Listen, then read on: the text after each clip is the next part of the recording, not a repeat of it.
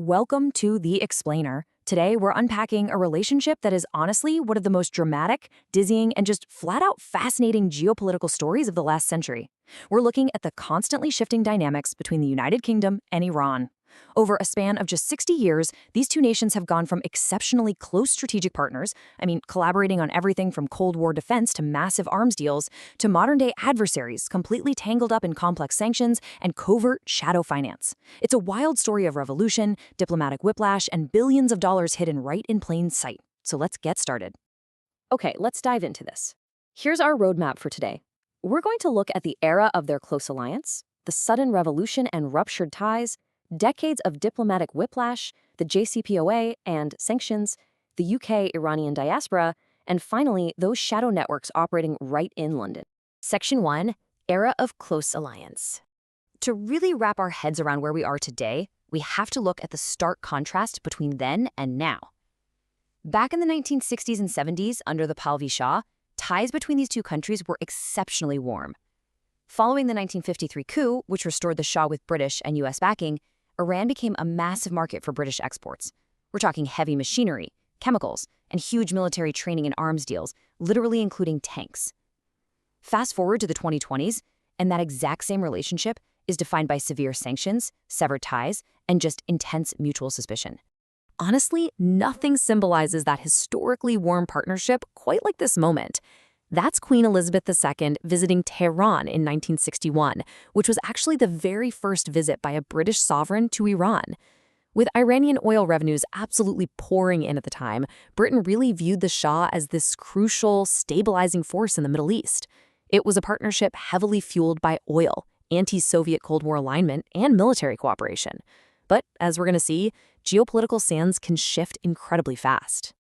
Moving on to part 2, Revolution and Ruptured Ties. So, that golden era of alliance we just talked about, it fractured abruptly and essentially changed the globe overnight. The tipping point was, of course, the 1979 Islamic Revolution. The Shah was overthrown and the Islamic Republic was established under Ayatollah Khomeini. This instantly severed that close partnership. The new regime was fiercely anti-Western and viewed Britain with deep historically rooted suspicion. The entire geopolitical map of the Middle East was basically redrawn in a matter of months. And the deterioration was incredibly rapid. By early 1980, Britain actually had to close its embassy in Tehran, just due to mounting safety concerns. Then, just months later, in May 1980, the Iranian embassy in London was violently taken over by Iranian Arab separatists. It was this harrowing 6-day siege that famously ended in a super dramatic raid by the British SAS. So the relationship hadn't just cooled down, it was actively combusting. Section 3. Decades of diplomatic whiplash. What followed next was a true geopolitical roller coaster. And what's really interesting here is how cultural and political shocks constantly derailed any kind of traditional diplomacy. Like, the UK briefly reopened its embassy in 1988, hoping to sort of normalize things. But the very next year, Iranian author Ayatollah Khamenei issued a fatwa calling for the death of British author Salman Rushdie over his book, The Satanic Verses. Diplomatic ties were instantly broken again. It literally took almost a decade until 1998 for Iran to formally distance itself from the fatwa and for full ambassadorial relations to finally resume. But, surprise, the roller coaster wasn't over.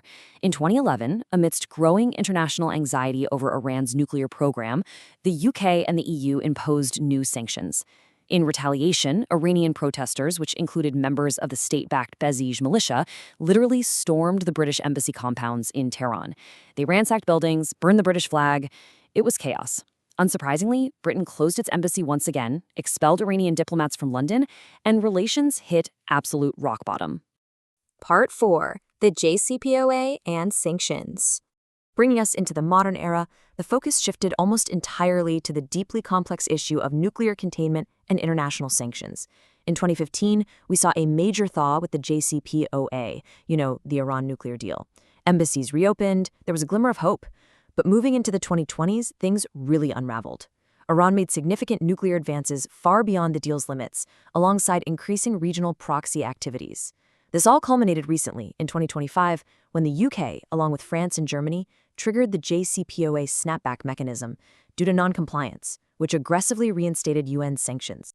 Now, this era highlights the sheer paradox of modern UK-Iran diplomacy. Get this. In 2022, the UK actually paid a historic debt to Iran to settle an old dispute over those undelivered tanks ordered by the Shah way back before 1979. Yet, at the exact same time, the relationship was heavily strained by tragic human rights issues, underscored in 2023 by Iran's execution of Ali Reza Akbari, a British-Iranian dual national, on spying charges that he staunchly denied. It's a relationship of highly compartmentalized negotiations happening right alongside severe, open hostility. Section 5. The UK-Iranian Diaspora. Look, beyond the statecraft and the sanctions, there is a deeply human element to this geopolitical story that we absolutely must acknowledge. Over 100,000. That is the estimated number of Iranian-born residents living in the UK today. Following the 1979 revolution and the subsequent waves of repression, massive numbers of asylum seekers, exiles, and political activists fled to Britain. They built vibrant communities, including areas in London affectionately known as Little Tehran. This diaspora remains highly active in cultural and opposition movements today, though many report facing ongoing pressure and threats directly linked back to the Iranian state. And finally, Part 6. Shadow Networks in London. So here is the crucial point. While official diplomatic channels are frozen and hostile, the financial relationship tells a much darker, much more hidden story. We're pivoting now from official diplomacy to the reality of shadow finance. Let's impartially look at the facts. Official, legitimate trade between the UK and Iran is virtually non-existent. It's literally less than 0.1% of the UK's total trade.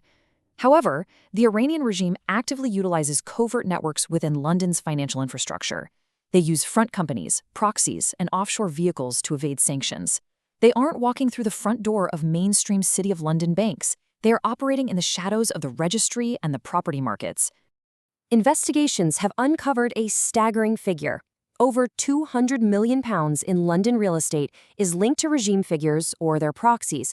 And we aren't just talking about modest flats here. We are talking about high-value holdings on prestigious streets like Billionaires Row.